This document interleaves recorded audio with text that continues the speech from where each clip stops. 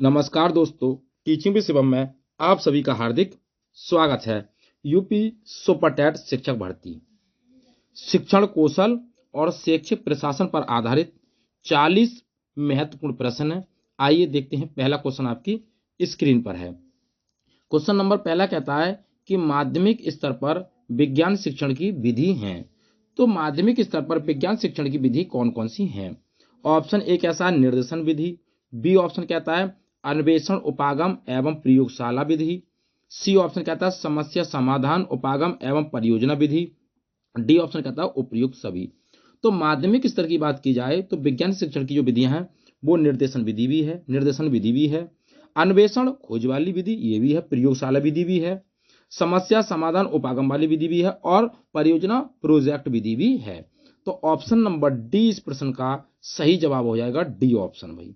आइए नेक्स्ट अगला क्वेश्चन है कि समाकलित अधिगम के लिए वृहद समूह से आशय क्या है?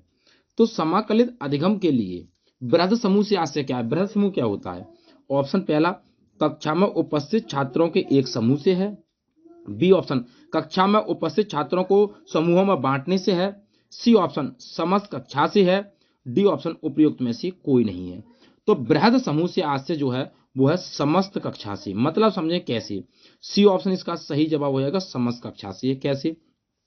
वृहद समूह जो होता है एक ही कक्षा में 10 से 50 छात्र होते हैं, 10 से 50 छात्र तक होते हैं। तो ये समस्त कक्षाओं में हो सकता है। तो सी ऑप्शन इसका सही जवाब है। नेक्स्ट अगला क्वेश्चन है समाकलन के लिए उपयुक्त विधि वृहद समूह रणनीतियों को कितनी श्रेणियों में वर्गीकृत किया गया है? 3 में, 4 में, 8 में या 6 में? तो सही जवाब इसका कौन सा हो जाएगा? 4 में बांटा गया है। 4 श्रेणियों में कौन कौन सी श्रेणियां हैं? तो बी ऑप्शन इसका सही जवाब हो जाएगा। प्रत्यक्ष अनुदेशन और अप्रत्यक्ष अनुदेशन, अंतःक्रियात्मक रणनीतियां और अनुभाविक अधिगम युक्तियां, ये 4 रणनीतियों में बांटा गया है वृहद समूह के लिए। नेक्स्ट अगला क्वेश्चन है भाई। अगला क्वेश्चन है प्रत्यक्ष अनुदेशन सामान्यतः होता है। तो प्रत्यक्ष अनुदेशन क्या होता है? आगमनात्मक, निगमनात्मक, दृश्यात्मक या उपयुक्त सभी? तो अप्रत्यक्ष अनुदेशन जो होता है वो निगमनात्मक होता है। बी ऑप्शन इसका सही जवाब है। निगमनात्मक क्या होता है कि पहले नियम सिखाना उसके बाद उदाहरण बताना, इसे कहते हैं निगमनात्मक। आगमनात्मक क्या होता है? जिसमें पहले उदाहरण उसके बाद नियम। आइए अगला क्वेश्चन। और अगला क्वेश्चन क्या कहता है कि अप्रत्यक्ष अनुदेशन विद्यार्थियों से किस स्तर की भागीदारी की अपेक्षा करता है? सामान्य स्तर की, मध्यम स्तर की, उच्च स्तर की या उपयुक्त में से कोई नहीं? तो अप्रत्यक्ष अनुदेशन जो होता है आगमनात्मक जो होता है, यानी कि प्रत्यक्ष क्या था भाई? प्रत्यक्ष अनुदेशन क्या था? निगमनात्मक। तो अप्रत्यक्ष अनुदेशन क्या हो जाएगा? आगमनात्मक। आगमनात्मक यानी कि आगमनात्मक का तात्पर्य क्या है? उदाहरण। तो उदाहरण बड़ी कक्षाओं में दिए जा सकते हैं पहले, फिर उसके बाद नियम। तो ऑप्शन नंबर सी सही जवाब हो जाएगा, उच्च स्तर की करता है। आइए नेक्स्ट अगला क्वेश्चन है। अगर क्वेश्चन आपको अच्छे लग रहे हो तो वीडियो को ज्यादा से ज्यादा शेयर करें और लाइक करें। चैनल पर नए हैं तो चैनल को सब्सक्राइब करें। अगर क्वेश्चन अच्छे ना लग रहे हो तो भी डिसलाइक भी कर सकते हैं और कमेंट बॉक्स में अपना जवाब भी दे सकते हैं। कहानी एक ऐसी विशिष्ट शैली एवं पात्र युक्त वृत्तांत की विशिष्ट संरचना है जिसमें होता है, क्या होता है कहानियों में भाई? घटनाओं का वास्तविक या काल्पनिक वर्णनात्मक विवरण होता है। बी ऑप्शन कहता है पूर्णता का भाव होता है। सी ऑप्शन पूर्णता काल्पनिक विवरण होता है। तो बिल्कुल बात ठीक है कि कहानियों के अंदर घटनाओं वास्तविक काल्पनिक वर्णनात्मक विवरण भी होता है, बिल्कुल सही बात है। पूर्णता का भाव भी होता है, काल्पनिक विवरण भी होता है। तो ऑप्शन नंबर इसका सही जवाब कौन सा हो जाएगा? तो सही जवाब ए और बी दोनों हो जाएगा। यानी कि पूर्णता काल्पनिक नहीं, पूर्णता काल्पनिक होती वास्तविक भी हो सकती है। तो डी ऑप्शन इसका सही जवाब है। ए और बी दोनों सही हैं। नेक्स्ट अगला क्वेश्चन है कथन क्या होता है? तो भाई कथन क्या होता है? पहला ऑप्शन श्रोता वर्ग के समक्ष किसी कहानी की साक्षात प्रस्तुति करना। हाँ बिल्कुल ठीक बात है भाई। व्यक्तिगत रूप से मौखिक एवं देहिक प्रस्तुति प्रस्तुत करना, बिल्कुल ठीक बात है। कथन की बात कर रहा है, कथन कहने का, कहते कहाँ है, कहते किसे हैं? वर्णनकर्ता और श्रोता के बीच सीधा संबंध बताता है, बिल्कुल करेक्ट बात है। तो ऑप्शन नंबर डी इस प्रश्न का सही जवाब हो जाएगा, उपयुक्त सभी हो जाएगा। नेक्स्ट अगले क्वेश्चन की ओर बढ़ते हैं। अच्छी कहानी की विशेषता क्या है? तो भाई अच्छी कहानी की विशेषता क्या होती है? पहला ऑप्शन, सुस्पष्टता, परिभाषित एवं स्व-विकसित कथानक शैली होती है, बिल्कुल ठीक बात है। सजीव शब्द चित्रण एवं सुखद ध्वनियां होती हैं, बिल्कुल ठीक बात है। स्रोत का विश्वसनीय चित्रण होता, बिल्कुल ठीक है। तो ऑप्शन नंबर डी इस प्रश्न का सही जवाब हो जाएगा, उपर्युक्त सभी हो जाएगा भाई। नेक्स्ट अगला क्वेश्चन है, जब एक ही समय में एक से अधिक व्यक्ति को किसी कक्षा में पढ़ाते हुए देखा जाता है तो इस स्थिति को कहा जाता है। भाई जब एक ही समय में एक से अधिक व्यक्ति, यानी कि एक से अधिक व्यक्ति को किसी कक्षा में पढ़ाते हुए देखे जाए तो उसे क्या कहते हैं? कक्षा शिक्षण कहेंगे, दल टीम शिक्षण कहेंगे, विशेष शिक्षण कहा जाएगा या एककक्षीय शिक्षण कहा जाएगा? तो उसे कहते हैं दल या टीम शिक्षण। बी ऑप्शन इसका सही जवाब है, दल या टीम शिक्षण। नेक्स्ट अगला क्वेश्चन है, सामान्यतः प्रश्नोत्तरी का प्रयोग किस कार्य हेतु किया जाता है? तो सामान्यतः प्रश्नोत्तरी का प्रयोग किस कार्य के लिए किया जाता है? ज्ञान परीक्षण के लिए, स्मृति परीक्षण के लिए, संवेदात्मक परीक्षण के लिए या विश्लेषणात्मक परख के लिए? तो सामान्यतः जो प्रश्नोत्तरी की जाती है, आपस में प्रश्न और उत्तर करते हैं तो वो करते हैं स्मृति, यानी कि उनकी स्मृति परीक्षण के लिए किया जाता है। बी ऑप्शन इसका सही जवाब है, स्मृति परीक्षण के लिए करते हैं। नेक्स्ट अगला क्वेश्चन है भाई, प्रश्नोत्तरी के कितने दल होने चाहिए? तो प्रश्नोत्तरी के कितने दल होने चाहिए? एक या दो, सिर्फ दो, तीन या उससे अधिक या केवल एक? तो प्रश्नोत्तरी के कितने दल होने चाहिए? सही जवाब हो जाएगा तीन या उससे अधिक होने चाहिए। सी ऑप्शन इसका सही जवाब है, तीन या उससे अधिक होने चाहिए। नेक्स्ट अगला क्वेश्चन क्या? 3/4। अगला है, समस्या समाधान को कहते हैं। तो समस्या समाधान को क्या कहते हैं? प्रत्यक्ष अनुदेशन, अप्रत्यक्ष अनुदेशन, विशिष्ट अनुदेशन या सामान्य अनुदेशन? तो समस्या समाधान को क्या कहा जाता है? सही जवाब हो जाएगा, उसे अप्रत्यक्ष अनुदेशन कहा जाता है। बी ऑप्शन इसका सही जवाब है। नेक्स्ट अगला है, जिज्ञासा प्रशिक्षण प्रयुक्त किया जाता है। तो जिज्ञासा प्रशिक्षण प्रयुक्त क्यों किया जाता है भाई? कक्षा शिक्षण के लिए, निगमन विधि में, आगमन विधि में या सूचना संसाधित करने में? तो जिज्ञासा, बच्चे के अंदर जिज्ञासा प्रशिक्षण प्रयुक्त करने के लिए उसके अंदर जो सूचना है उनको संसाधित करने के लिए किया जाता है, करने में किया जाता है। डी ऑप्शन इसका सही जवाब हो जाएगा। नेक्स्ट अगला क्वेश्चन है, सहकारी अधिगम में सदस्यों की संख्या कितनी होती है? तो सहकारी अधिगम में सदस्यों की संख्या कितनी होती है? सहकारी, तो उसमें ये छोटा समूह होता है। सहकारी अधिगम का तात्पर्य है छोटे समूह से, यानी कि छोटे छोटे समूह जो होते हैं। तो 8 से 10, 12 से 8, 12 से 18, 4 से 8 या 3 से 6? तो छोटे छोटे समूह की बात कर रहा है तो 3 से 6 हो जाएगा। डी ऑप्शन इसका सही जवाब है, 3 से 6 हो सकते हैं। अगला है, पारंपरिक कक्षाओं में सूचना प्रदाता के रूप में होता है प्रमुख स्वर शिक्षक, ज्ञान शिक्षक से शिक्षार्थी की ओर एक तरफा प्रभावित, शिक्षक के पास अंतर्वस्तु कौशल एवं अनुदेशन के बारे में महत्वपूर्ण ज्ञान, और डी ऑप्शन कहता है उपयुक्त सभी। तो सही जवाब इसका कौन सा हो जाएगा? सही जवाब उपयुक्त सभी हो जाएगा। डी ऑप्शन इसका सही जवाब है। नेक्स्ट अगला क्वेश्चन, अगला क्वेश्चन आपकी स्क्रीन पर है भाई। अगला क्वेश्चन कह रहा है कि क्षेत्र प्रेक्षण से आशय क्या है? क्षेत्र प्रेक्षण करना, तो उसका क्या तात्पर्य है भाई? क्षेत्र प्रेक्षण को, यानी कि इस प्रेक्षण को क्षेत्र प्रेक्षण भी कहते हैं। मतलब समझें, उचित प्रोत्साहन मिलने पर छात्र अपने परिवेश का सक्रिय रूप से प्रेक्षण करना आरंभ कर देता है, तो इसी को क्या कहते हैं? क्षेत्र प्रेक्षण कहते हैं। जैसे बच्चा अपने घर का वर्णन करने लगे या विद्यालय आते समय रास्ते में जो चीजें उसने देखी उनका वर्णन करने लगे, उसे कहते हैं क्षेत्र प्रेक्षण। तो क्षेत्र में भ्रमण से है, क्षेत्रीय जानकारी एकत्र करने से है, या शिक्षार्थी द्वारा अपने परिवेश का सक्रिय प्रेक्षण करने से है, या उपयुक्त में से कोई नहीं? तो सही जवाब इसका कौन सा हो जाएगा? शिक्षार्थी द्वारा अपने परिवेश का सक्रिय प्रेक्षण करने से है क्षेत्र प्रेक्षण। सी ऑप्शन इसका सही जवाब है। अगला है, सर्वेक्षण विधि सामान्यतः प्रयुक्त की जाती है। तो सर्वेक्षण विधि सामान्यतः प्रयुक्त की जाती है कहां पर? प्राथमिक कक्षा के शिक्षक के द्वारा, उच्च प्राथमिक कक्षा के शिक्षक के द्वारा, अनुसंधानकर्ताओं के द्वारा या उपयुक्त सभी के द्वारा? तो सही जवाब हो जाएगा, ये जो खोजकर्ता होते हैं उनके द्वारा ये सर्वेक्षण विधि होती है, वो अनुसंधानकर्ताओं द्वारा होती है। तो सी ऑप्शन इसका सही जवाब हो जाएगा। जैसे सर्वेक्षण का उदाहरण बात करें हम, बच्चों को सामुदायिक जीवन जैसे भूगोल, गणित, हस्तशिल्प और भाषा सीखने का अवसर देता है। आइए भाई नेक्स्ट अगला क्वेश्चन। नेक्स्ट क्वेश्चन है, संज्ञानात्मक क्षेत्र के उद्देश्यों के लिए कौन से क्रिया शब्द सहायक होते हैं? तो संज्ञानात्मक उद्देश्य की बात कर रहा है। प्रत्यय स्मरण करना एवं पहचान करना, उल्लेख करना एवं परिभाषित करना, विभेद करना एवं तुलना करना, या उपयुक्त सभी। तो सही आंसर इसका कौन सा हो जाएगा? उपयुक्त सभी हो जाएगा। डी ऑप्शन इसका सही जवाब है। ये विभेद करना सहायक होते हैं, उल्लेख करना, परिभाषित करना या पहचानना, ये संज्ञानात्मक क्षेत्र के उद्देश्यों के लिए क्या है? क्रिया शब्द सहायक होते हैं। डी ऑप्शन इसका सही जवाब है। नेक्स्ट अगला क्वेश्चन है, छात्रवृत्ति का खाता बैंक में किस आधार पर खोला जाता है? तो छात्रवृत्ति का खाता बैंक में किस आधार पर खोला जाता है?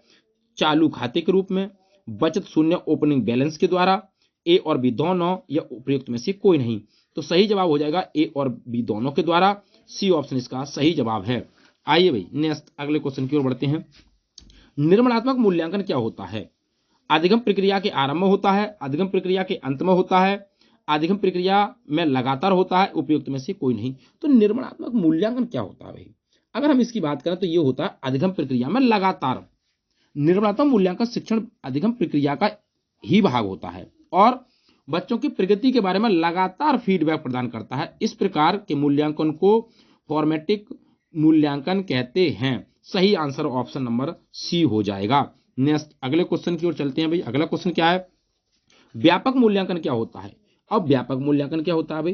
तो व्यापक मूल्यांकन जो होता है संज्ञानात्मक मूल्यांकन है, मनोगत्यात्मक मूल्यांकन से है, भावात्मक मूल्यांकन से है, उपयुक्त सभी से है। सही जवाब तो उपयुक्त सभी हो जाएगा। व्यापक मूल्यांकन का तात्पर्य है संज्ञानात्मक क्षेत्र से, क्रियात्मक क्षेत्र से, उसी को कहते हैं मनोगत्यात्मक, और भावात्मक मूल्यांकन से है। तो option number D correct answer है। आइए नेक्स्ट अगला क्वेश्चन देखते हैं। अगला क्वेश्चन कह रहा है कि मूल्यांकन में प्रयुक्त सर्वाधिक प्रचलित उपकरण क्या है? तो मूल्यांकन में प्रयुक्त सर्वाधिक प्रचलित उपकरण हैं मौखिक एवं लिखित प्रश्न, व्यवहार मिलान चार्ट, प्रेक्षण जांच सूची एवं रेटिंग स्केल, या उपयुक्त सभी। तो सही जवाब इसका कौन सा हो जाएगा? उपयुक्त सभी हो जाएगा, जो डी ऑप्शन इसका सही जवाब है। मूल्यांकन में जो सर्वाधिक प्रचलित उपकरण जो हैं वो मौखिक भी हैं, लिखित भी हैं, व्यवहार मिलान चार्ट भी है, और प्रेक्षण जांच सूची और रेटिंग स्केल भी है। तो option number D correct answer है। अगला क्वेश्चन है, बालक प्राथमिक विद्यालय स्तर पर किस रूप में भाषा सीखना प्रारंभ करता है? तो किस रूप में करता है भाई? अचेतन रूप से, सचेतन रूप से, अर्धचेतन रूप से, या उपयुक्त में से कोई नहीं। तो बालक जब होता है प्राथमिक विद्यालय स्तर पर भाषा सीखना जो प्रारंभ करता है वो सचेतन रूप से करता है। क्यों? क्योंकि बच्चा विद्यालय आने से पहले अपने परिवार की जो भाषा शैली होती है उसको भी जो सदस्यों के द्वारा बोली जाती है अंतःक्रिया में मौखिक भाषा का अर्जन कर लेता है। तो ऑप्शन नंबर बी इस प्रश्न का सही जवाब है। भाषा शिक्षण का मुख्य उद्देश्य क्या है? तो भाई भाषा शिक्षण का मुख्य उद्देश्य क्या है? बेहतर समझ, प्रभावी संप्रेषण के लिए सुनना, बोलना, पढ़ना, लेखन कौशलों का विकास करना, ए और बी दोनों, या उपयुक्त में से कोई नहीं। तो भाषा शिक्षण का मुख्य उद्देश्य क्या है? सही जवाब इसका बेहतर समझ है, प्रभावी संप्रेषण है, सुनना, बोलना, पढ़ना, लेखन कौशल ये भी उसमें शामिल है। तो ऑप्शन नंबर सी इस प्रश्न का सही जवाब है, ए और बी दोनों। अगला है, सुनना और बोलना निम्न में से किस कौशल के अंतर्गत आता है? तो किस कौशल के अंतर्गत आती है सुनना और बोलना? तो ये हमारे भाषाई कौशल होती हैं, सुनना, बोलना, पढ़ना और लिखना। तो सुनना और बोलना किस कौशल के अंतर्गत आते हैं? अब हम बात करें भाई, जरा देखें, अंतर संबंधित कौशल है, बाह्य संबंधित कौशल है, शिक्षण कौशल है, या उपयुक्त में से कोई नहीं।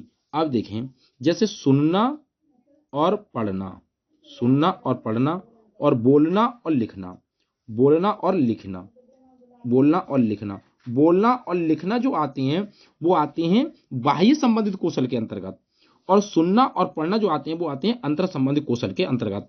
अब इसमें पूछ रहा है भाई सुनना और बोलना दोनों को पूछ रहा है, तो सही जवाब इसका कौन सा हो जाएगा? अगर क्वेश्चन के अकॉर्डिंग जाएं तो इसका जो जवाब हो जाएगा वो हो जाएगा अंतर संबंधित कौशल। ए ऑप्शन इसका सही जवाब है, अंतर संबंधित कौशल। आइए नेक्स्ट अगला क्वेश्चन है, भाषा कौशल विकसित करने की प्रमुख युक्ति है। तो भाषा कौशल विकसित करने की प्रमुख युक्ति कौन सी है भाई? कहानी, कथन और नाटक हैं, प्रश्नोत्तर, शब्द निर्माण व खेल हैं, व्यक्तियों वस्तुओं के बारे में पहले निबंध व पत्र लेखन है, या उपयुक्त सभी हैं। सही जवाब आपको बताना, इसका सही जवाब ये हो जाएगा ऑप्शन नंबर डी। कहानी, कथन, नाटक भी है, प्रश्नोत्तर विधि भी है, व्यक्तियों और वस्तुओं के बारे में पहली है, निबंध लेखन है, पत्र लेखन है, ये भी इसमें शामिल है भाषा कौशल में। तो ऑप्शन नंबर डी सही जवाब है। अगला है, कहानी कथन के द्वारा किस भाषा कौशल का विकास होता है? तो कहानी कथन के द्वारा किस भाषा कौशल का विकास होता है? सुनने का कौशल, वाक्य कौशल, लेखन कौशल या उपयुक्त सभी? तो सही जवाब हो जाएगा सुनने का कौशल भी होता है कहानी कथन के द्वारा। जब कहानी की जाती है तो सुनना भी उसमें काम करता है, बोलना भी काम करता है, लिखना भी काम करता है, लेकिन पढ़ना काम नहीं करता, क्योंकि कहानी को कहा जाता है, कहानी कथन की बात कर रहा है, तो ये तीनों के तीनों शामिल हो जाएंगे। ऑप्शन नंबर डी इस प्रश्न का सही जवाब हो जाएगा भाई। आइए अगले क्वेश्चन की ओर बढ़ते हैं। शब्द निर्माण खेल में किस भाषा कौशल का विकास होता है? शब्द निर्माण किया जा रहा है तो समझना कौशल, बोलना कौशल, बोधन कौशल या उपयोग सभी का किया जाता है शब्द निर्माण में, ये आपको बताना है। तो ये तीनों के तीनों होते हैं। समझना भी होता है शब्दों को किस प्रकार से किया जाए, बोलना भी होता है उन शब्दों को, बोधन भी होता है, उसका ज्ञान भी, समझ भी होती है, विकसित होती है। तो ऑप्शन नंबर डी सही जवाब हो जाएगा, उपयुक्त सभी हो जाएगा भाई। आइए नेक्स्ट अगला है, भारतीय संविधान में कुल कितनी भाषाओं का उल्लेख है? तो भारतीय संविधान में कुल 22 भाषाओं का उल्लेख है। बी ऑप्शन इसका सही जवाब है। नेक्स्ट अगला क्वेश्चन है, भारत सरकार के अनुसार प्राथमिक स्तर पर कितनी भाषाएं पढ़ाई जाती हैं? तो भारत सरकार के अनुसार प्राथमिक स्तर पर मातृभाषा अथवा क्षेत्रीय भाषा, संघ की राजभाषा अथवा संघ की सहराज्य भाषा, आधुनिक भारतीय भाषा, विदेशी भाषा, तो ये सभी पढ़ाई जाती हैं। डी ऑप्शन इसका सही जवाब है, उपयुक्त सभी हो जाएगा भाई। अगला क्वेश्चन है, प्रथम भाषा वन से क्या आशय है? तो प्रथम भाषा क्या है? हिंदी भाषा को प्रथम भाषा कहते हैं, संस्कृत भाषा को, अंग्रेजी भाषा को, या बचपन में सीखी गई भाषा को? तो प्रथम भाषा जो होती है वो माता से सीखता है बच्चा। बचपन में किससे सीखता है? माता से जो भाषा सीखता है उसे कहते हैं प्रथम भाषा। तो वो बचपन में सीखी गई भाषा भैया, परिवेश से सीखी हुई भाषा है। डी ऑप्शन इसका सही जवाब हो जाएगा। नेक्स्ट अगला क्वेश्चन है, प्राथमिक स्तर पर शिक्षण का माध्यम क्या होना चाहिए? हिंदी भाषा, संस्कृत भाषा, अंग्रेजी भाषा या क्षेत्रीय भाषा? तो प्राथमिक स्तर पर भाषा शिक्षण का जो माध्यम होना चाहिए वो उसकी क्षेत्रीय भाषा होनी चाहिए। यह नहीं है कि बच्चा किसी भी शैली से आया, यानी कि किसी भी क्षेत्र से आया हो और बच्चा उस अपनी क्षेत्रीय भाषा को बोलता है तो आप उसको डांटें, पीटें। नहीं भैया, ऐसा नहीं करना है, क्योंकि ये तो नकारात्मक भैया। उसकी क्षेत्रीय भाषा है, उसको स्वीकार करेंगे। तो ऑप्शन नंबर सी इस प्रश्न का सही जवाब हो जाएगा, क्षेत्रीय भाषा। आइए नेक्स्ट अगला है, तृतीय भाषा का शिक्षण कब प्रारंभ किया जाता है? तृतीय भाषा का शिक्षण कब प्रारंभ किया जाता है? तृतीय भाषा प्रारंभ करने के 1 वर्ष बाद, द्वितीय भाषा प्रारंभ करने के 2 वर्ष बाद, द्वितीय भाषा प्रारंभ करने के 3 वर्ष बाद, उपयुक्त में से कोई नहीं। तो तृतीय भाषा का शिक्षण प्रारंभ जब होगा द्वितीय भाषा प्रारंभ करने के 1 वर्ष के बाद। ए ऑप्शन इसका सही जवाब हो जाएगा। नेक्स्ट अगला क्वेश्चन है, स्वाभाविक रूप से कौन सी भाषा सीखी जाती है? स्वाभाविक रूप से कौन सी भाषा सीख सकता है बच्चा? हिंदी है, संस्कृत है, अंग्रेजी है या मातृभाषा है?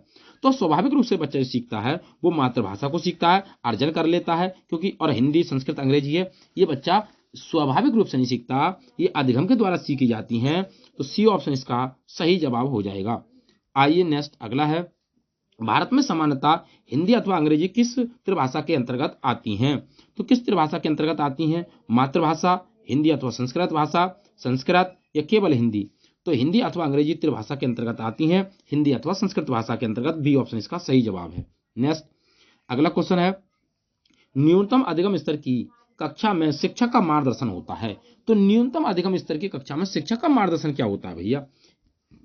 अधिगम उद्देश्यों को निर्धारण करने में बिल्कुल बात ठीक है, उद्देश्यों की पहचान करने में बिल्कुल बात ठीक है, अधिगम प्रतिफलों के मापन में बिल्कुल बात ठीक है। ऑप्शन नंबर डी सही जवाब है, डी ऑप्शन करेक्ट आंसर है, उपयुक्त सभी। नेक्स्ट अगला है, भाषा कौशलों के रूप में परिणित आधारभूत कौन सी क्रिया शामिल होती है? तो कौन सी होती है भाषा कौशलों के रूप में? सुनना, बोलना, पढ़ना और लिखना, उपयुक्त सभी। तो इस क्वेश्चन का जो सही जवाब हो जाएगा वो ऑप्शन नंबर डी हो जाएगा। सुनना, बोलना, पढ़ना और लिखना चारों कौशल होती हैं, भाषाई कौशल हैं। तो ऑप्शन नंबर डी इस प्रश्न का सही जवाब है, चारों के चारों कौशल अंतर संबंधित होते हैं। आइए नेक्स्ट अगला क्वेश्चन आपकी स्क्रीन पर है, सुनना कौशल के विकास के लिए उपयुक्त विधि है। तो सुनना कौशल विकास के लिए उपयुक्त विधि कौन सी है? व्याख्यान विधि है, कहानी कथन विधि है, निगमन विधि है, आगमन विधि है। सुनना कौशल के लिए बात कर रहा है भैया, तो सुनना कौशल में कौन सी है भैया? कहानी कथन विधि हो जाएगी। ऑप्शन नंबर 20 प्रश्न का सही जवाब है, कहानी कथन विधि है। उम्मीद करता हूं दोस्तों शिक्षण कौशल से संबंधित जो महत्वपूर्ण प्रश्न थे आपको अच्छे लगे होंगे। वीडियो आपको अच्छी लगी हो तो वीडियो को ज्यादा से ज्यादा शेयर करें और लाइक करें। चैनल पर नए हैं तो चैनल को सब्सक्राइब करें और कमेंट बॉक्स में अपना सुझाव अवश्य दें। All the best. थैंक्स। जय हिंद, जय भारत।